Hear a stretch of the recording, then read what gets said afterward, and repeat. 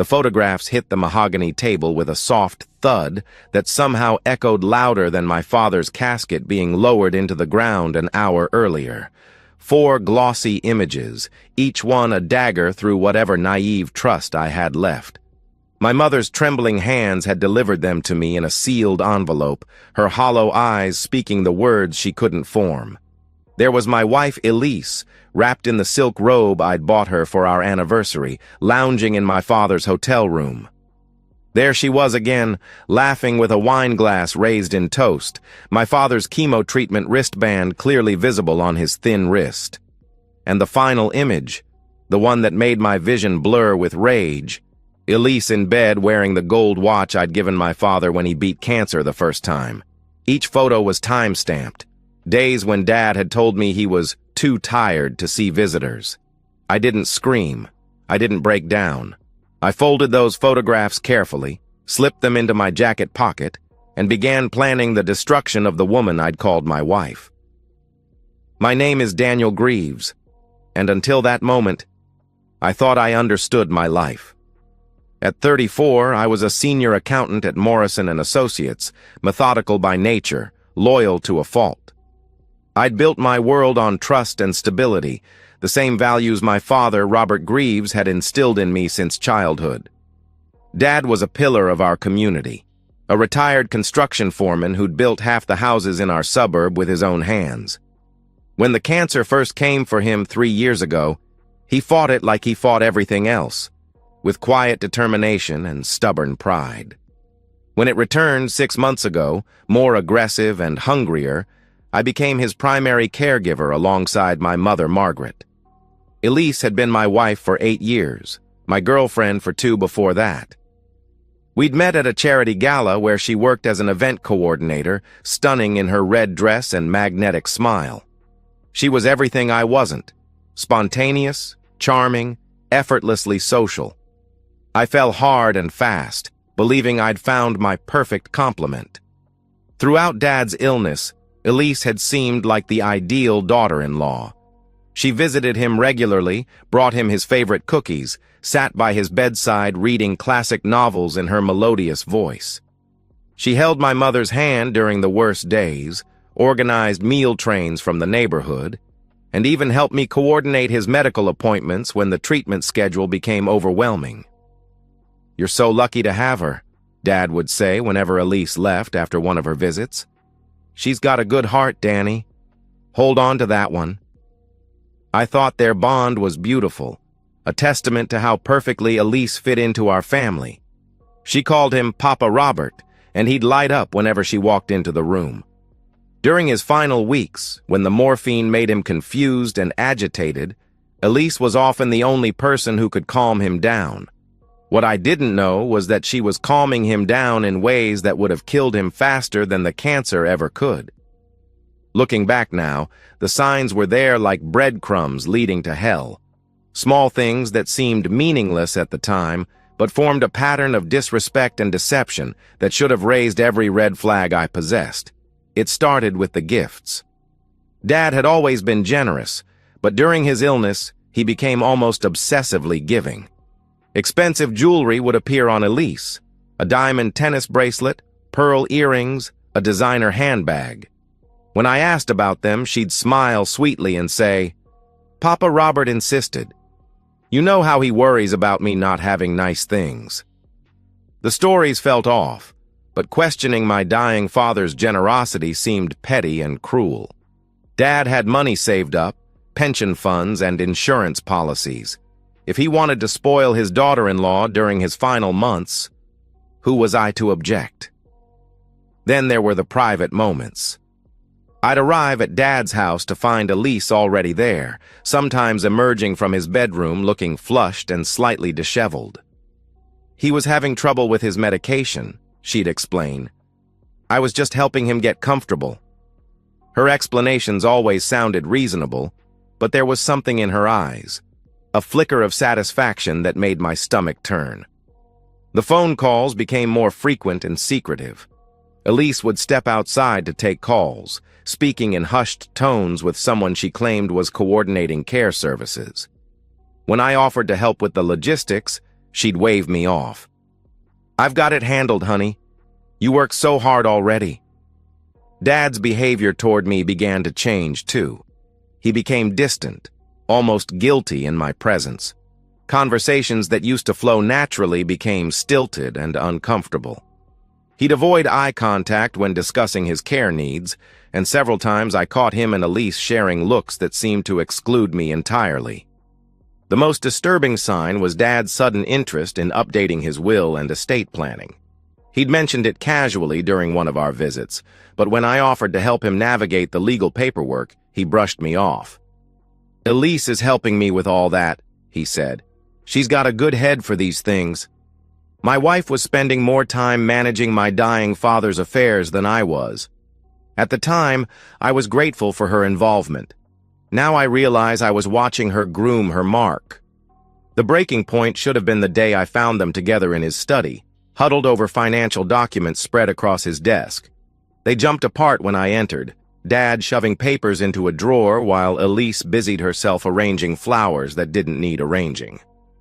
"Just helping Papa Robert organize some old files," she said, but her voice had a breathless quality that set off every alarm bell in my head. I should have confronted them then. I should have demanded answers, searched through those documents, or at minimum asked hard questions about what kind of organizing required such secrecy. Instead, I chose trust over suspicion. I chose love over logic. I chose to be a fool. The moment of absolute clarity came not with the photographs. Those only confirmed what my soul already knew.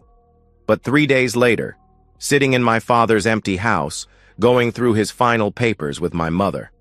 Mom was a wreck, barely able to string sentences together, so I handled most of the practical arrangements.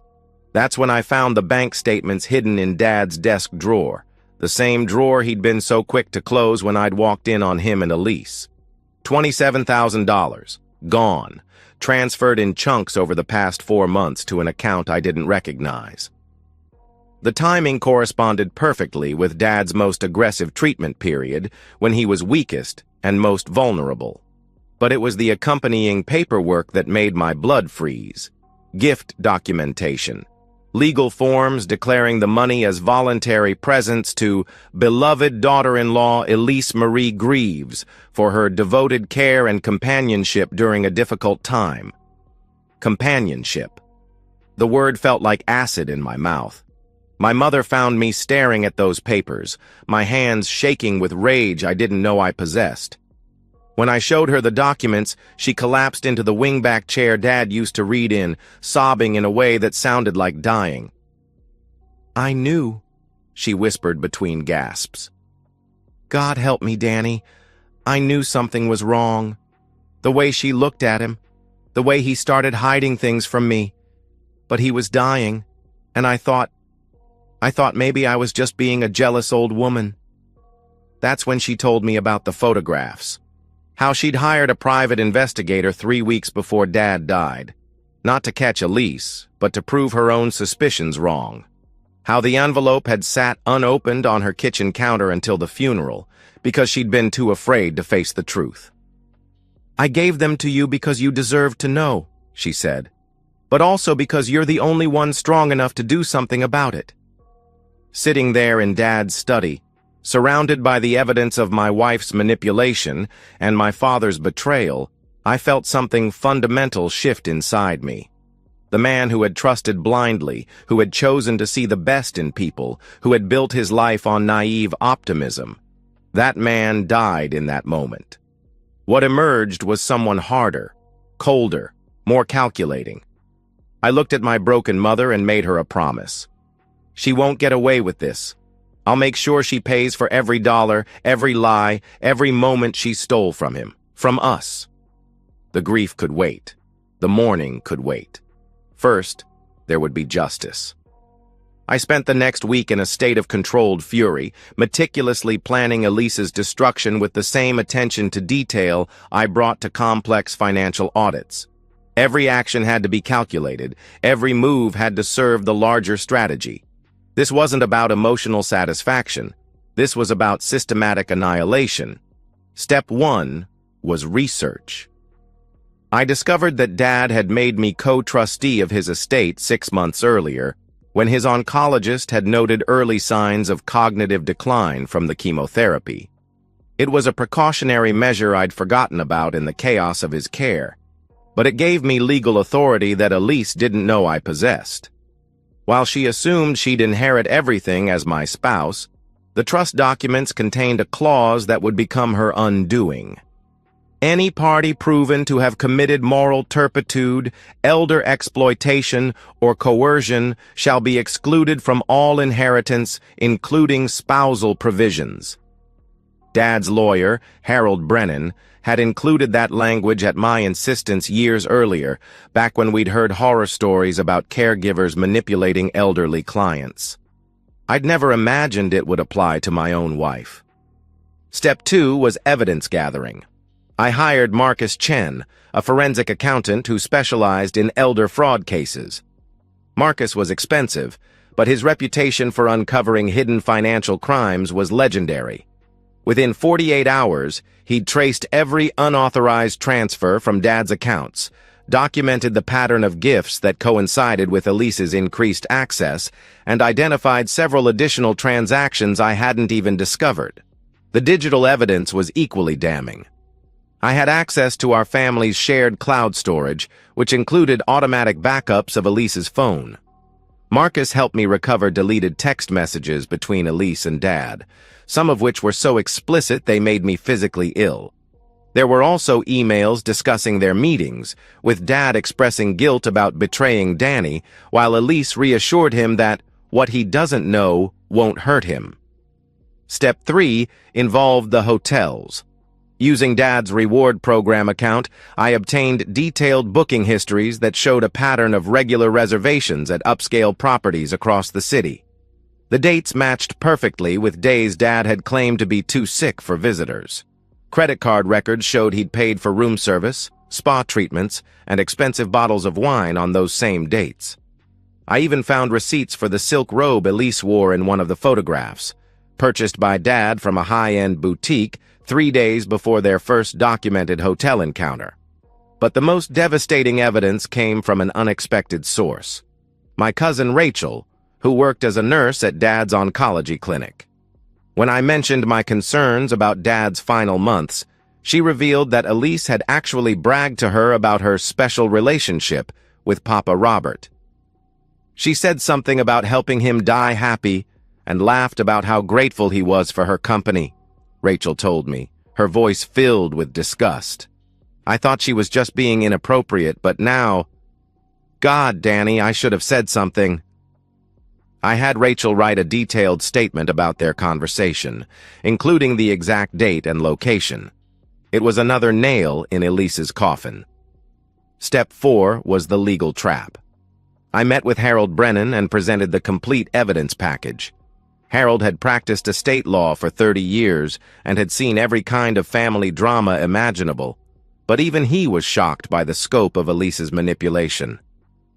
"This is textbook elder exploitation," he said, reviewing the timeline of gifts and hotel visits. "Your father was in a chemically compromised state, dealing with terminal illness, and she took advantage of his vulnerability for financial gain. We can not only exclude her from the inheritance, we can pursue criminal charges." I instructed Harold to prepare the formal exclusion documents while I handled the next phase of the plan. Step 5 was financial warfare.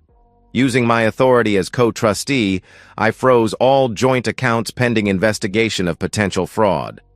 I revoked Elise's access to our shared credit cards and had the locks changed on our house, which was technically owned by a family trust that predated our marriage.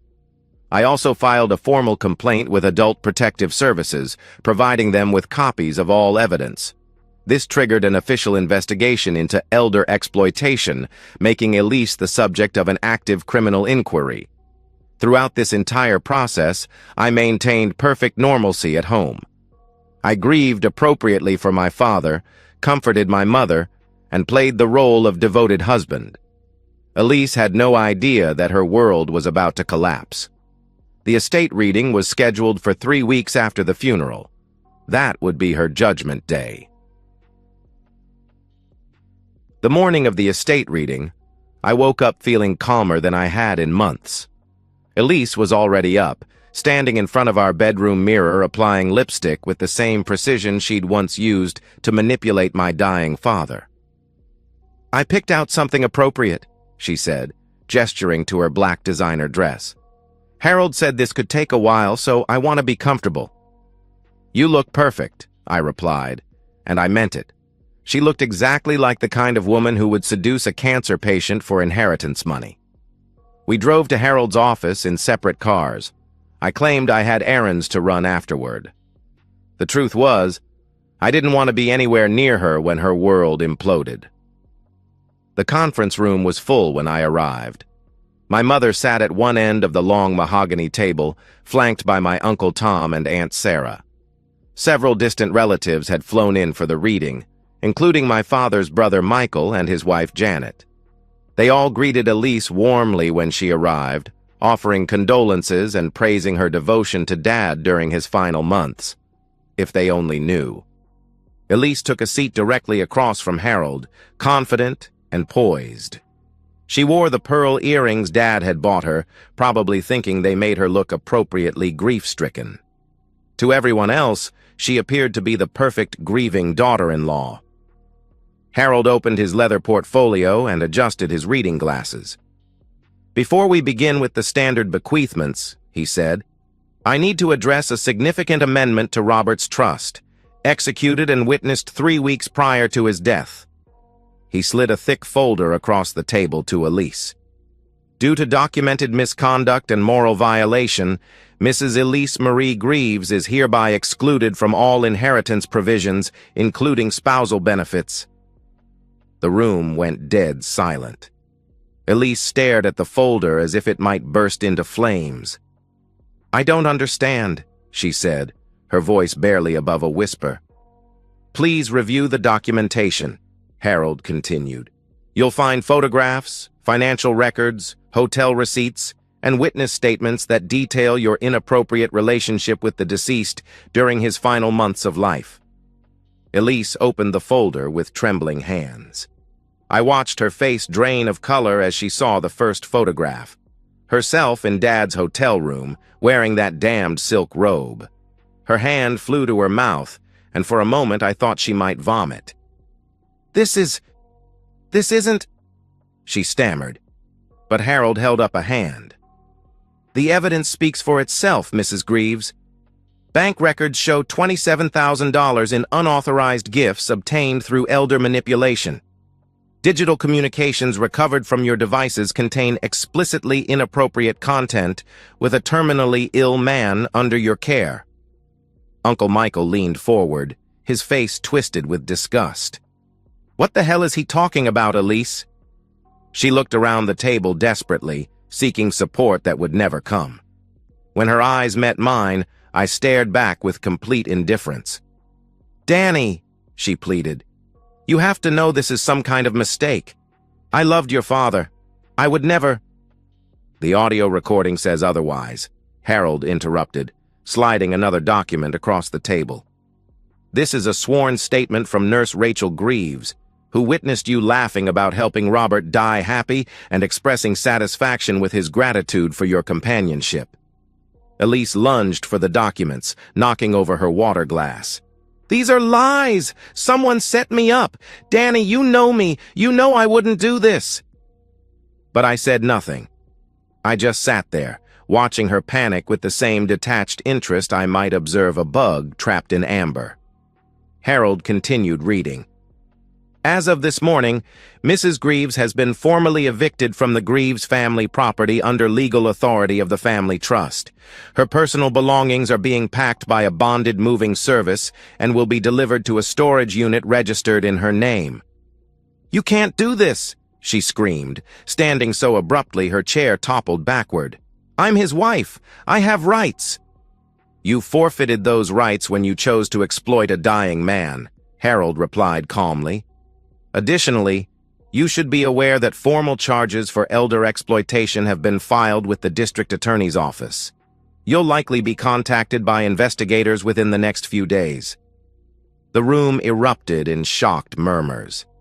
My relatives stared at Elise with a mixture of horror and revulsion. My mother was crying silently, whether from relief or renewed grief I couldn't tell. Elise tried to run from the room, but her heels caught on the thick carpet and she stumbled into the wall. She looked back at me one final time, her face streaked with mascara and twisted with desperation. "How could you do this to me?" she whispered. I stood up slowly, straightened my tie, and spoke my first and last words to her. "I didn't do anything to you, Elise. I simply gave you exactly what you deserved." The destruction of Elise Marie Greaves was swift and absolute. Within 24 hours of the estate reading, her credit cards were canceled, her bank accounts frozen, and her employment at Morrison Events terminated for violation of their morality clause. The company couldn't risk association with someone under investigation for elder exploitation, especially since many of their clients were wealthy seniors. The legal consequences came next. The district attorney's office moved quickly on the elder abuse charges, treating the case as a priority due to the clear documentation and vulnerable victim. Elise's lawyer, a bottom feeder named Jacoby, who specialized in defending white-collar criminals, dropped her as a client when she couldn't make the first payment.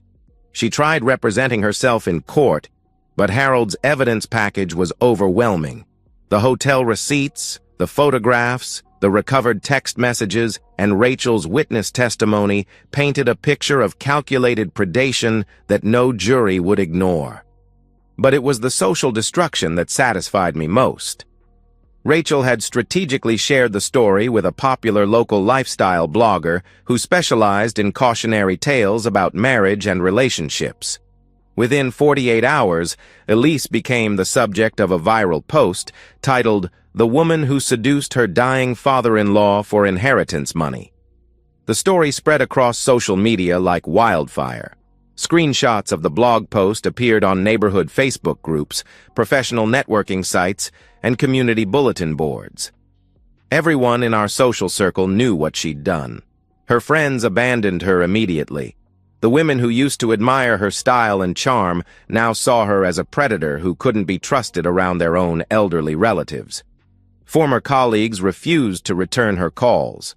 The contractors and vendors she'd worked with for years suddenly had no availability for her projects. The eviction became official on a Tuesday morning. I drove by the house around noon and watched from across the street as uniformed movers loaded her belongings into a truck. She stood on the sidewalk in wrinkled clothes, clutching a single suitcase, watching 8 years of accumulated possessions disappear into storage. She tried living in a series of increasingly cheap motels, but word of her crimes had spread through the hospitality industry. Managers who recognized her name from news reports found reasons to deny her extended stays. She was toxic, bad for business, and worse for reputation. I had Marcus monitor her financial situation through legitimate channels. Within 6 weeks, she was completely broke. The storage unit fees consumed what little money she had left, and when she couldn't make payments, her belongings were auctioned off to cover the debt. The jewelry Dad had bought her, those expensive symbols of her manipulation, ended up in pawn shops across the city, sold for pennies on the dollar to keep her fed for another few days. She tried reaching out to distant family members, but the criminal charges and media coverage had reached them too. No one wanted to harbor someone under investigation for elder abuse. The few relatives who might have helped were too afraid of being associated with her crimes. I learned from Rachel that Elise had attempted to get a job at a nursing home on the other side of the state, but the background check revealed her pending charges. No healthcare facility would risk hiring someone accused of exploiting vulnerable seniors. Her last known address was a homeless shelter downtown, but even there she couldn't stay long. The other residents had seen the news stories and made it clear she wasn't welcome among them. 3 months after the estate reading, I received a call from Harold. The criminal case had concluded with Elise pleading guilty to elder exploitation in exchange for a reduced sentence. She would serve 18 months in county jail, followed by 5 years of probation. She was also ordered to pay full restitution for the money she'd stolen from Dad, though everyone knew she'd never have the means to do so. "She asked me to give you a message," Harold said. "She wanted you to know she was sorry and that she hopes someday you can forgive her." I hung up without responding. 2 weeks later, I drove to Dad's grave for the first time since the funeral. The headstone was simple granite with his name, dates, and the inscription, "Beloved Father and Husband." Fresh flowers from my mother adorned the base. I pulled 2 items from my jacket pocket. The first was the gold watch I'd given Dad when he beat cancer the first time. The same watch Elise had worn so proudly in that final photograph. I'd recovered it from the evidence locker after her conviction. The second was a printout of her final bank statement, obtained through the restitution proceedings. Account balance, 27 cents. I placed both items against the headstone and spoke the only words I'd ever speak at my father's grave. "You gave her everything she wanted. I gave her everything she deserved." The watch caught the afternoon sunlight, its gold surface reflecting light like the tears I still couldn't shed. Not for him. Not for her. Not for the man I used to be before I learned that trust was just another word for weakness. I walked back to my car without looking back. There was nothing left to mourn and nothing left to forgive.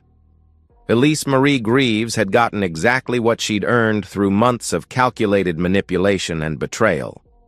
Justice wasn't supposed to feel this empty, but it was the only emotion I had left.